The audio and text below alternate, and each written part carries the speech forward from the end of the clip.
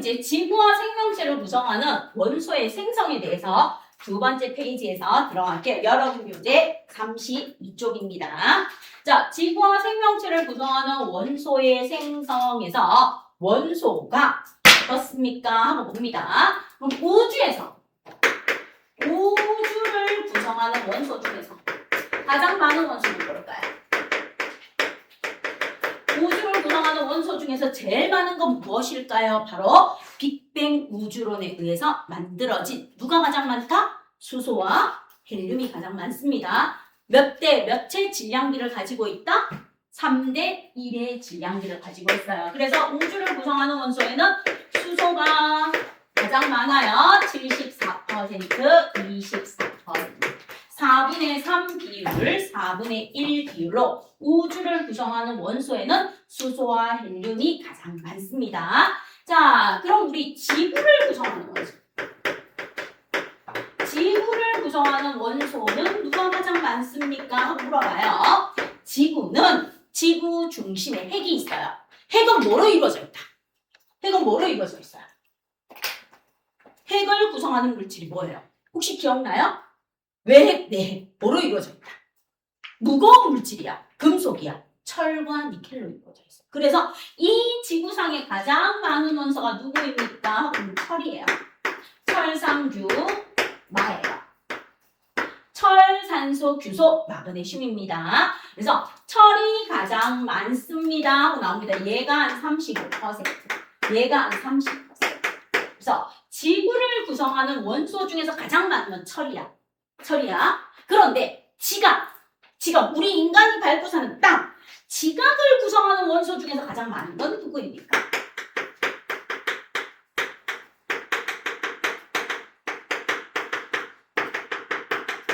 자, 지구 전체를 봤을 때는 철이 제일 많아.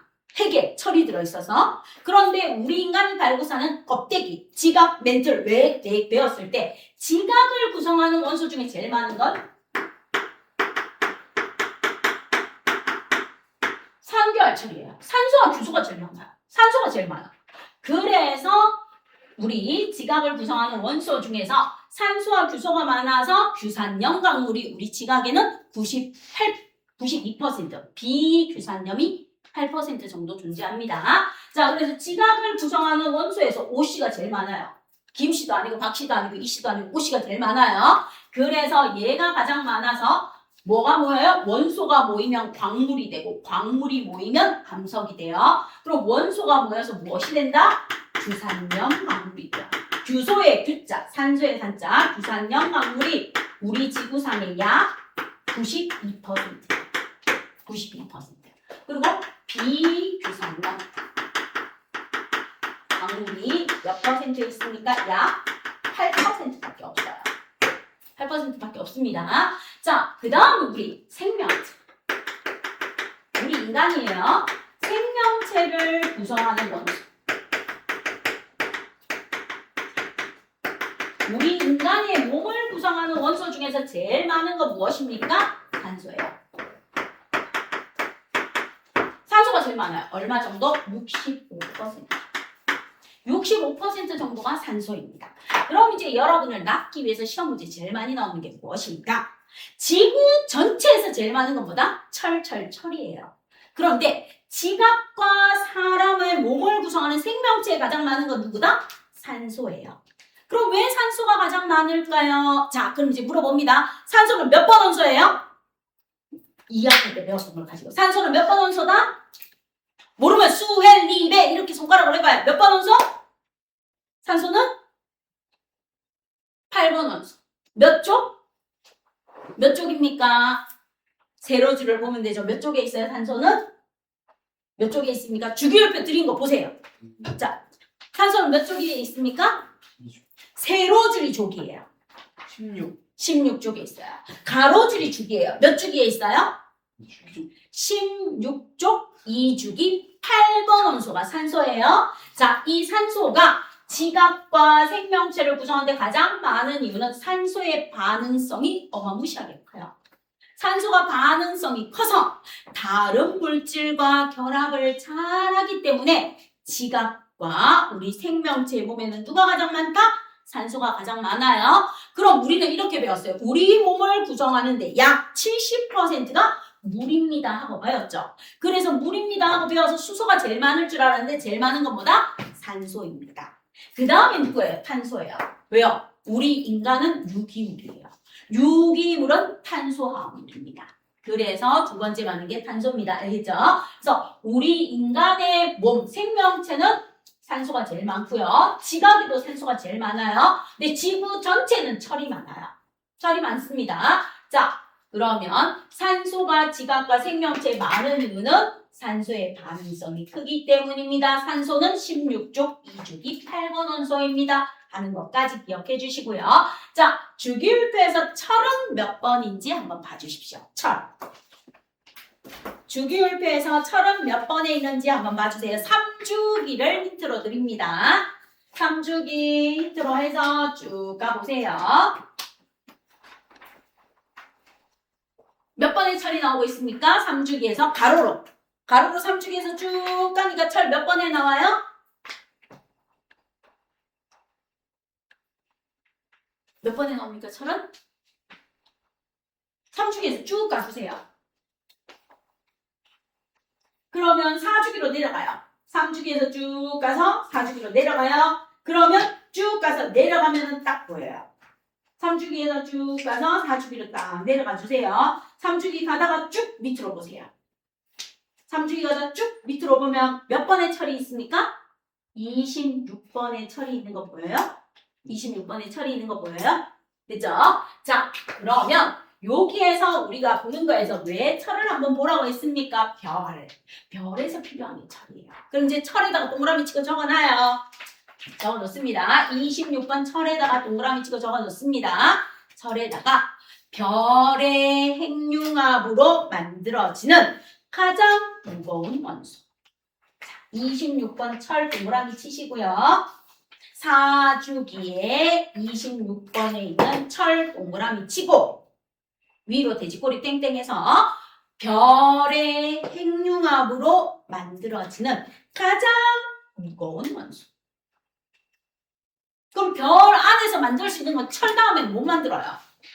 그러면 철 다음에 있는 아이부터 철 다음에 있는 27번에 나오는 코발트부터 여러분 주기율표에서 악티늄족 맨 밑에 줄 92번 우라늄 찾아주세요. 맨 밑에 줄 92번 우라늄 찾아주세요. 악티늄족 맨 밑에 92번 우라늄 찾아주세요. 우라늄에다가 적어줍니다. 초신성 폭발로 만들어지는 원소. 그래서 27번의 코발트부터 92번의 우라늄까지가 별에 의해서 만들어지는 자연계 생성입니다. 자연계 생성. 그렇죠? 우라늄까지가 자연계에서 만들어져요. 그럼 93번에서 나오는 플루토늄 여기 93번에 나오는 넵투늄, 플루토늄 여기에서 118번 오간의 성까지는 적어줍니다. 인공적으로. 우리 인간이 인공적으로 만드는 원소예요. 그래서 오늘날 118번까지 만들어져 있습니다. 원소 이렇게 나옵니다. 그럼 이 원소가 왜 필요합니까? 별에서 필요해요. 별에서. 이제 여러분이 알아야 돼서 필요합니다. 자, 그럼 이제 여러분하고 별이라는 게 무엇인지 먼저 한번 볼게요. 별이란 무엇입니까? 별이란 스스로 빛을 내는 아닙니다. 자, 별이라는 녀석은 무엇입니까? 하고 보면 스스로 빛을 내는 천체를 별이라고 합니다. 스스로 빛을 내요. 그러면 별, 태양도 별입니다. 스스로 빛을 내는 천체가 별인데 별이 되려면 별의 조건이 무엇입니까? 스스로 빛을 내는 천체예요. 그러면 별이 되려고 하면 별의 조건은 중심부에서 핵융합 반응을 위한 별이 되기 위한 조건은 중심부에서 핵융합 반응을 해서 자신보다 무거운 원소를 만들어야 돼요. 중심부에서 핵융합 반응을 해서 자신보다 무거운 원소를 만들면서 빛을 내보내는 아이를 뭐라고 합니까? 하고 그러면 별이라고 합니다. 하고 나옵니다. 자, 그러면 별의 조건은 중심부에서 핵융합 반응을 해야 되는데 아무나 핵융합 반응을 하는 게 아니에요. 자, 그럼 이런 별이 만들어져야 돼요.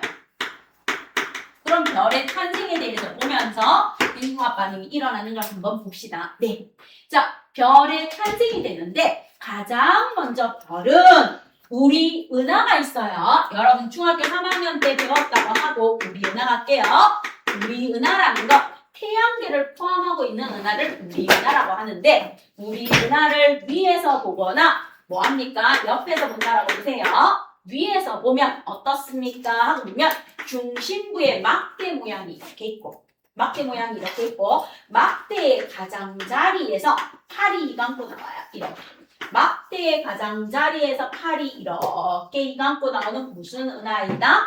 막대 나선 은하예요.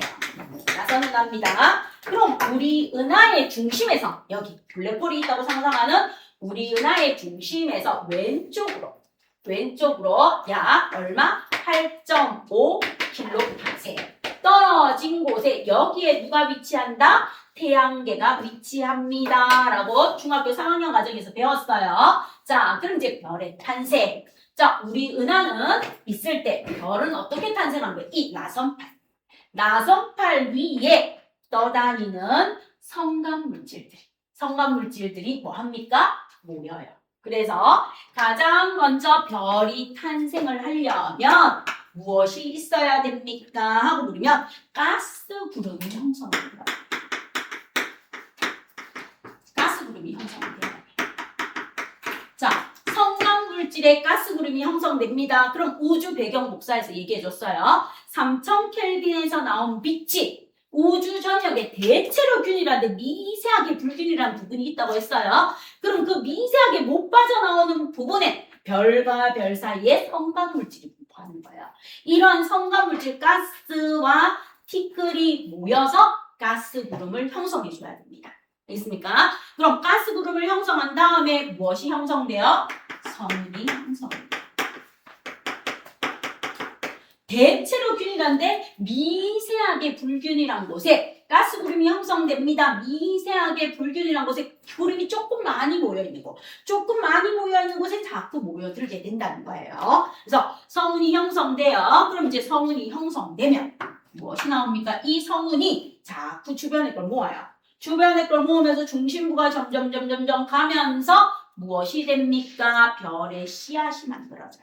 그래서 성운이 형성되고 뭐가 만들어진다? 원시별이 탄생하기 시작해요.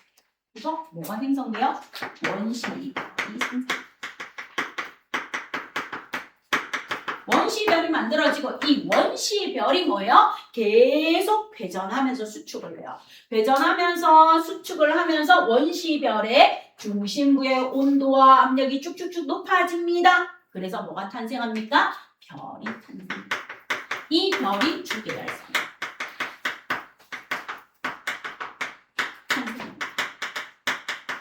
자, 요렇게 굵직굵직하게 나와요. 자, 그럼 이제 별이 탄생이 일어나는데 우리 태양계를 보자. 그럼 우리 태양계는 어떤 일이 있었는가? 태양의 홍포선을 분석해봤더니 수소, 헬륨, 그 다음 뭐가 있다? 나트륨, 칼슘, 철까지 나와요.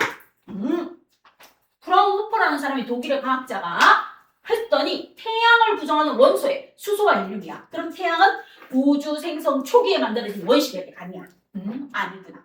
그럼 나트륨, 칼슘, 철까지 나와. 오, 별의 내부에서 만들어질 수 있는 가장 무거운 원소까지 태양이 가지고 있네. 그리고 우리 지구는 철만 있는 게 아니고 우라늄도 나오고 막 나와. 그러면 우리는 뭐 합니까? 우리 은하 옆에 있는 누가 어마무시하게 큰 아이가 초신성이라는 아이가 하나 폭발했을 것이다.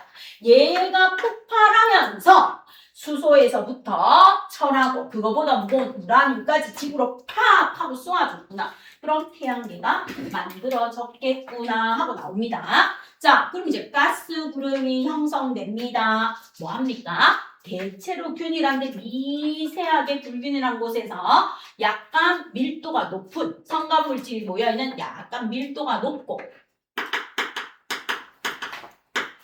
약간 온도가 낮은 약간 밀도가 높고 온도가 낮은 곳으로 가스 구름이 이렇게 구름 형태가 만들어져요. 그러면서 이거를 중심으로 자꾸 모여들어요.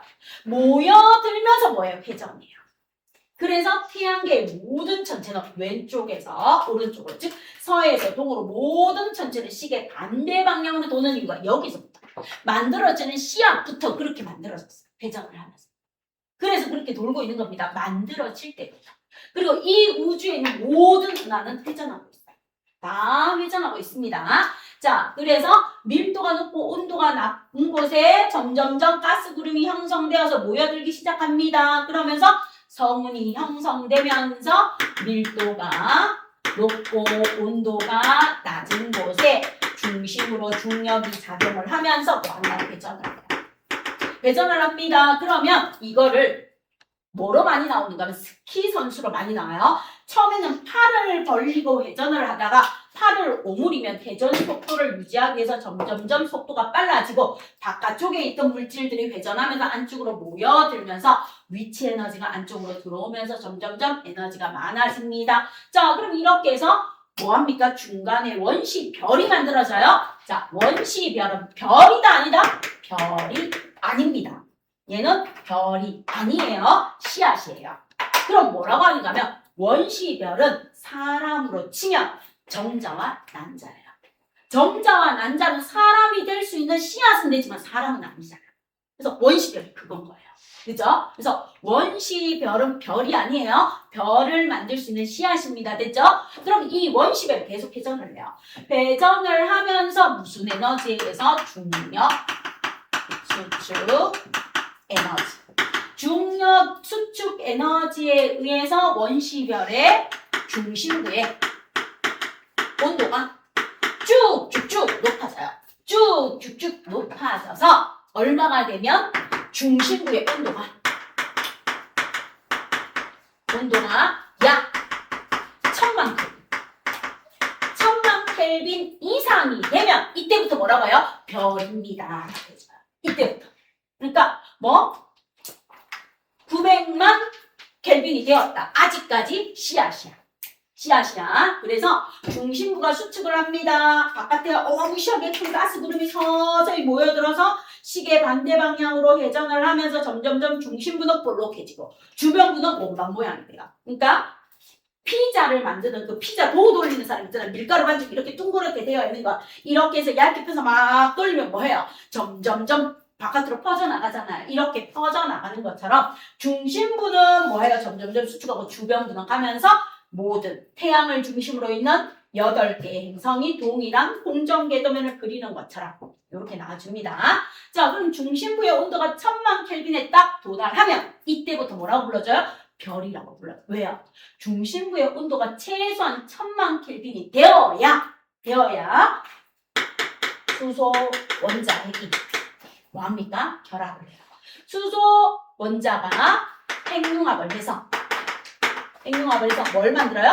헬륨 원자를 만들어요. 헬륨 원자를 생성할 수 있어요.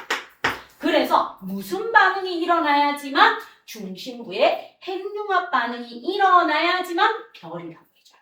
이렇게 해서 별이 탄생해요. 그럼 이제 주계열성이 별의 일생의 대부분을 차지해요. 예를 들어서 태양 정도인 질량의 별의 수명이 100억 년이야. 그러면 이 100억 년 중에서 한 99억 년은 주계열성으로 살다가 1억 년 정도 적색거성으로 살면서 멸종한다고 보시면 돼요. 소멸해서 가십니다. 이렇게 봐주시면 됩니다. 그래서 중심부의 온도가 1000만 켈빈 이상이 되고 중심부에서 어디에서? 중심부에서 핵융합 반응을 해요. 수소 원자가 핵융합 반응을 통해서 헬륨 원자핵을 생성할 때 우리는 뭐라고 한다? 별이라고 합니다. 그럼 이제 별이라는 건 태양을 기준으로 봐요. 우리 인간들은 태양보다 0.8배 작은 별부터 시작해서 태양보다 100배 이상 큰 별까지 지금까지 나온 물리량에 의해서는 별이라는 기준은 태양을 기준으로 태양을 1이라고 봤을 때 태양보다 0.8 작은 아이부터 태양보다 100배 큰 별까지 있습니다. 따라서 별이 태양을 기준으로 봅니다. 우리 인간은 지구에 살고 있으니까 태양의 수명이 100억 년이야. 태양의 수명이 100억 년이야. 그럼 태양보다 작은 아이들은 수명이 길어요. 가늘고 길게 살아요. 그러니까 걔들은 한 1000억 년 막 이렇게 나와요. 근데 태양보다 질량이 커요. 뭐 100배, 20배, 30배 막 커요. 그럼 크면 어마무시하게 에너지가 많겠죠. 그럼 오래 살 것 같은데 굵고 짧게 살다가요. 한 100만 년, 1000만 년 살다가 쫙 가십니다. 그래서 태양을 기준으로 봤을 때 태양보다 0.8까지 질량이 작은 별들은 수명이 길어서 1000억 년까지 산다고 들으면 태양보다 질량이 큰 아이는 100만 년에서 1000만 년 정도 살고 가는 아이들도 있습니다. 가늘고 길게, 굵고 짧게 이렇게 정리하시면 돼요. 됐죠? 자, 그럼 이렇게 별이 탄생을 했을 때 우리는 별에서 일어나는 요거를 볼게요. 태양과 같은 별, 모든 별은 주계열성에서 시작해요. 질량이 큰 놈이든 질량이 작은 놈이든 전부 다 별이에요. 이러면 주계열성이야. 별이 되었어요. 뭐 정자와 난자가 만나요. 오빠 아빠의 외모가 피지컬이 아주 훌륭하게 크고 잘생겼든 작고 초라하든 어쨌든 만나면 생명체가 돼요. 그게 아이가 되는 것처럼 생명체가 된다는 거야. 별이야. 별입니다. 똑같은 별이니까 모든 별은 주계열성에서 출발을 해요.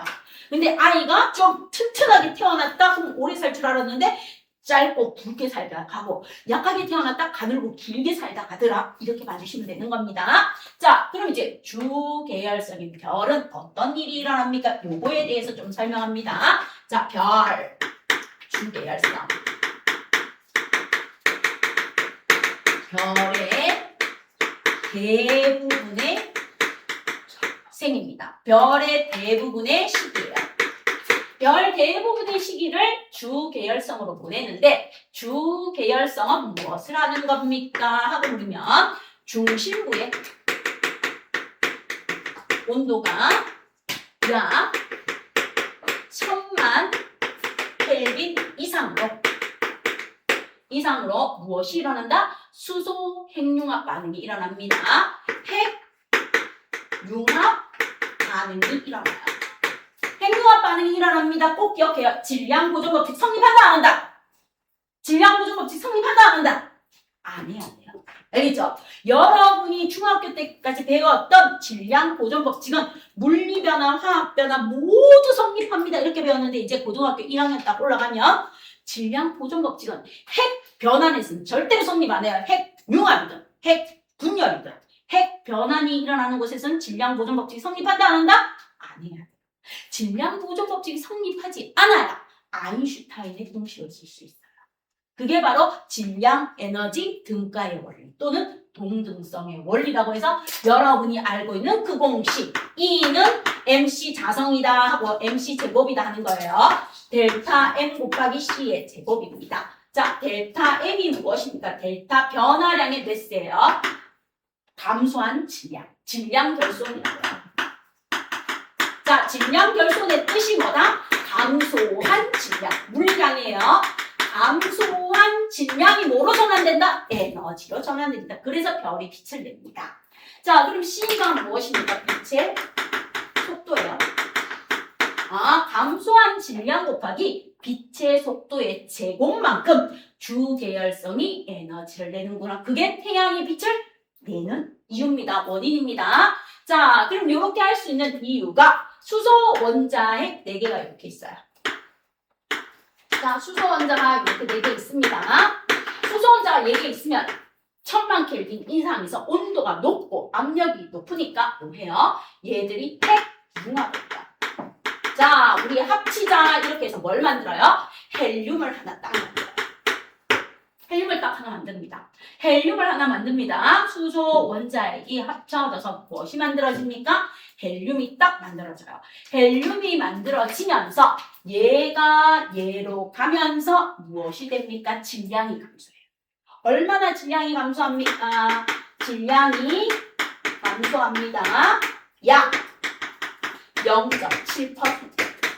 약 0.7% 질량이 감소하면서 그 감소한 질량의 물리량이 주계열성의 빛 에너지로 방출됩니다. 이렇게 봐주시면 돼요. 그럼 이제 태양이 주계열성으로 사는 동안에 왜 얘는 거의 크기가 일정합니까? 하고 물어봐요. 그럼 태양이라는 녀석이 이렇게 있어요. 태양이라는 녀석이 이렇게 있으면 여기 중심부에서 핵융합을 합니다. 핵융합을 해서 퍼져나가려는 힘과 별의 중심부에서 잡아당기는 힘. 뭐가요? 중력.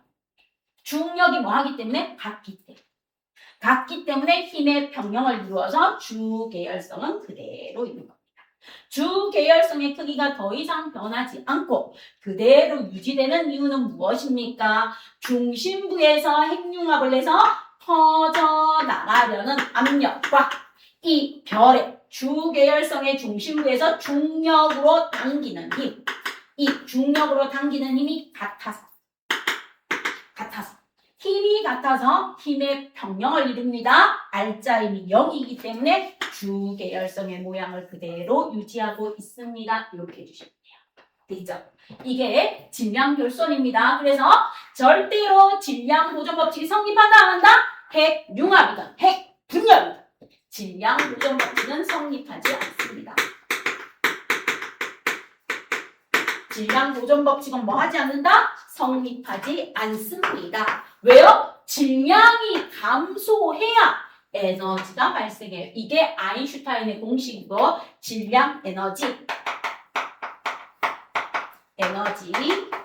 분가의 원리 또는 동등성의 원리. 아인슈타인의 공식 E는 MC 자성입니다. 옛날에 버전을 이렇게 외웠고 요즘 E는 MC 제곱입니다. 이렇게 하는 거 제곱승입니다 하는 요 공식의 물리량 감소한 질량 0.7%가 빛에너지로 발생을 하고 주계열성이 중심부에 있는 수소가 다 핵융합을 해요. 그래서 얼마까지 올라가는가 하면 이 중심부의 온도가 1억 켈빈까지 올라가요. 자, 1000만 켈빈에서 1억 켈빈까지 올라가면 얘가 그 다음으로 진화를 해요. 그럼 이제 태양이 중심부는 수축해요. 자, 1000만 켈빈에서 시작해서 1억까지 올라갑니다. 1000만 원에서 1억까지 올라가요. 그럼 중심부는 점점점 수축을 해요. 중심부는 수축을 하고 주변은 팽창을 해요. 중심부는 수축을 하는데 주변은 팽창을 해요. 중심부 온도가 1000만보다 1억으로 높아졌으니까 중심부는 수축을 하고 주변부는 커집니다. 주변부가 커지면서 쫙 하고 커져서 수성 잡아먹고 금성 잡아먹고 지구 잡아먹고 화성 근처까지 가요. 그럼 이제 화성이 수성에 위치가 됩니다. 그 정도로 태양이 다음 단계로 커지는 걸 뭐라고 한다? 붉은색의 괴물이 되는 거죠. 적색 거성이 됩니다. 이렇게. 그럼 이제 적색 거성이 되면 중심부는 1억 켈빈에서 계속 수축해요. 얘가 바깥쪽으로 팽창해서 뭐합니까? 수성 잡아먹고 금성 잡아먹고 지구 잡아먹고 화성 잡아먹기 전까지 커지는 동안 중심부는 점점점 수축을 해서 1억에서 2억 켈빈이 돼요. 그러면 2억 켈빈이 되면 여기 바깥쪽은 수소가 헬륨으로 핵융합하고 안쪽은 헬륨이 리튬, 베릴륨, 풍소, 탄소, 질소, 산소까지 만들어주는 헬륨 핵융합을 하는 거예요. 알겠죠? 그럼 얘가 또 헬륨 핵융합을 하겠죠? 하다가 헬륨이 다 떨어지겠죠? 그럼 이제 얘가 또 밀어내요. 그럼 이제 중심부의 온도가 뭐 합니까? 한 8억 정도까지 높아집니다. 그럼 그때 무슨 핵융합을 한다? 탄소 핵융합을 해요. 탄소 핵융합을 해서 산소, 그 다음에 플루오린, 네온, 나트륨 이런 아이들 막 만들어내요. 그 다음에 무슨 핵융합을 합니까? 하고 보면 중심부의 온도가 쭉쭉쭉 올라가요. 쭉쭉쭉 올라가서 한 20억 켈빈 되면 산소가 핵융합을 해서 더 무거운 원소를 만들어내요. 그 다음에 마지막 30억 켈빈이 되면 규소가 핵융합을 해서 철까지 만들어내는 거예요. 철까지 만들어내고 나면 더 이상 못 만들어요. 왜요? 철이 매우 안정해요. 그래서 철이 매우 안정하기 때문에 더 이상 못 만들고 중심부는 30억 켈빈이 되고 주변에는 뭐야? 맨 끝에는 수소가 헬륨으로 핵융합하고 탄소가 핵융합하고 산소가 핵융합하고 그 다음에 여기에서 규소가 핵융합해서 철까지 만들어져요. 그럼 중심부는 이제 수축을 합니다. 온도가 높아져서 수축하고 주변부는 커집니다. 이게 바로 뭐가 되는 거예요? 얘가 초거성이 돼요. 초거성이 되면서 뭐합니까? 쫙 커집니다. 주계열성이 쫙 커서 초고성이 돼. 그 다음 이제 철까지 만들면 더 이상 못 커지고 뭐예요? 중심부는 온도가 막 높아서 모든 원자와 전자가 분리되고 양성자와 중성자가 분리돼서 중성자만 있는 별이 되고 주변은 초신성 폭발. 초신성 폭발을 빡 해요. 그럼 그 초신성 폭발의 잔해로 태양계가 탄생했어요. 왜요? 태양의 중심에 철이라는 원소가 있고 지구에 제일 많은 게 철이에요. 우리 인간의 몸에도 철이 들어있어요. 그리고 지구에 우라늄까지 나와요. 아, 그럼 이 지구와 태양계는 초신성 폭발의 잔해로 만들어졌구나 하는 걸 알 수 있는 겁니다. 이렇게 나와줍니다. 그럼 이 중성자별이 되거나 아니면 질량이 태양보다 어마무시하게 커서 빛도 못 빠져나가는 중심부가 뭐가 된다? 여러분하고 나하고 알고 있는 블랙홀이 됩니다. 그 블랙홀이 되면서 초신성 폭발을 하는 거예요. 그럼 블랙홀은 빛도 못 빠져나오는데 우리가 블랙홀을 어떻게 알 수 있습니까? 블랙홀이 워낙에 파워가 세서 중력이 세서 모든 걸 끌어당기니까 블랙홀 주변을 지나가는 빛이 굴절해요. 그래서 중력 렌즈 효과가 나타나면서 그거를 우리는 뭐라고 불러요? 사건의 지평선이라고 불러줍니다. 됐습니까?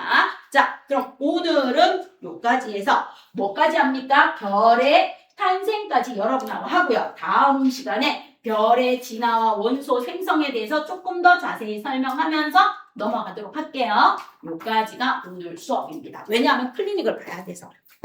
됐죠?